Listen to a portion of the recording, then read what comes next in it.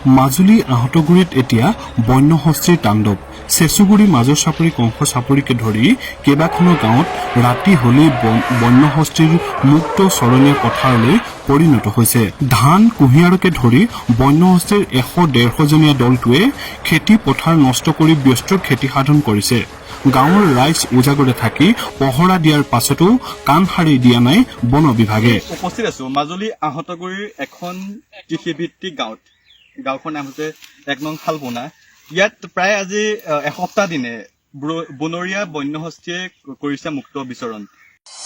হয়, ঠিকেই শুনিছে।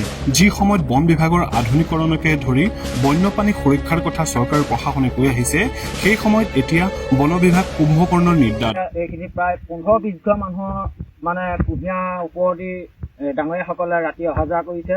তেওঁলোকে নেখালেও মানে কি হয়, একেলগতে 150জন 80জন 100জন ডাঙৰীয়া যেতিয়া খেতিডৰাৰ ওপৰেদি গুচি যাব, তাত কোনো চিন মকা নাথাকে। এতিয়া আপোনালোকে এই চব দেখিছে, আজি যোৱা ৰাতি ইয়াত দেখিছেনে কি কৰি থৈ গৈছে।